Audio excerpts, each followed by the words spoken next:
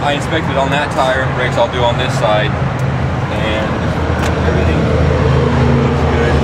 Slack adjusters, brake chamber, drag. On this side I have the drag link for the steering, and I'm going to just check to make sure all this is not loose, which would add a lot of play to my steering. Here's our steering, hydraulic steering right here. This is in place, there's no leaks. Check the hoses. I have my mud flaps right here. Make sure that those are in place and not ripped. Same on the other side. Engine wise, I have the alternator over here. For a new one? It's a new one. Make sure that these belts are good. I have power steering fluid right here.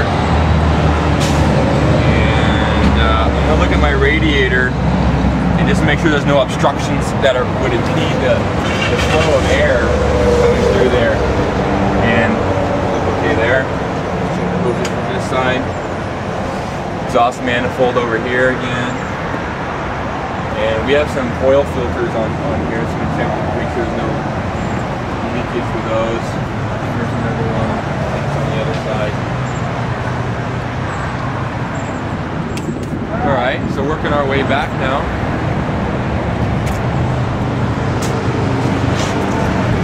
On this tire, I'm going to check for, again, inflation and proper tread depth of 2/32 in the rear. I'm going to check the tire condition, make sure there's no punctures, penetrations, protrusions.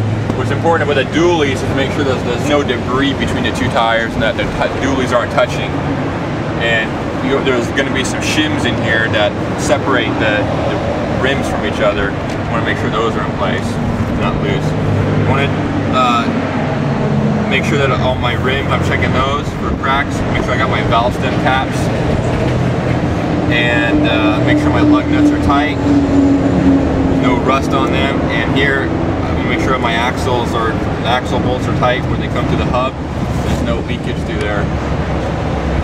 No mud flaps on the back on this piece of equipment. I'm going to check the suspension, leaf springs, make sure there's no more than 25% broken. Again, I'm going to check the brakes. I'm going to check the slack adjuster, make sure it's about a 90°, and also the brake chamber. Make sure all the air hoses are in place. I'm going to check the drive shaft, make sure that's in place and it's tight, it's not bent. And again, just check the exhaust again from make sure the muffler's there and it's not hanging down. It's not opened up, ripped open. That would cause it.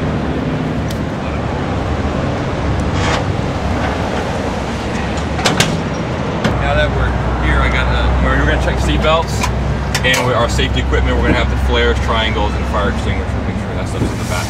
Yeah. And here's our seat belts, and we're going to check proper operation of those. Now that we're in the cab, we're just going to check the operation of the seat belts, make sure that these are all in place, and going to identify the features of the vehicle. We have our brake light over here, the visual alarm that'll sound off when the brake pressure is low. Windshield wipers. We have our ignition. Here's our parking brake, fog lights, the operating lights, vehicle lights. We have the high beam light. We have the vents, heater, defroster, fresh air vent. We have our battery bolts here. There's our gear selector. There's our heater unit down here. And here's our RPMs, our oil pressure, our volts, miles per hour, temperature gauge, fuel gauge, and our air pressure. High beam, low beam switches down here. Air horn. You have the air horn on your side. You can use that to get people out of your way. Okay, has to be on. Yeah. I like to use it. Yeah, it's fun. I have my horn right here. Hey, I got them on. So now I'm gonna turn the vehicle on. So I turn the vehicle that might coming from the engine that might pose an issue. Listen to the exhaust, make sure it sounds good. And I'm going to watch my gauges here. I'm looking for proper RPMs. Make sure that my oil pressure comes up. My bolts are operating. I'm going to check my fuel. I'm going to see that my air pressure is climbing, and my temperature gauge should start to rise. No more than 130 psi, the air pressure should cut out. Can I go ahead and increase the RPM to expedite that?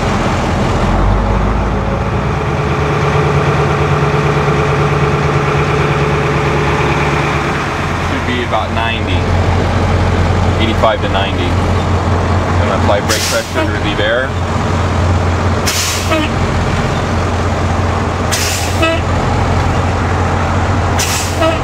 I'm going to watching the gauge closely to watch when it begins to rise, when it cuts in.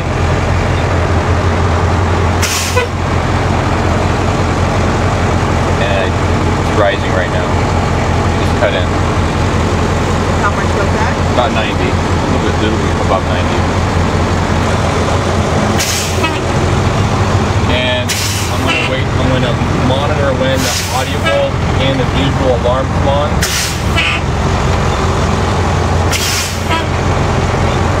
Which should be between 55 and 75. No, 55 and 75 psi.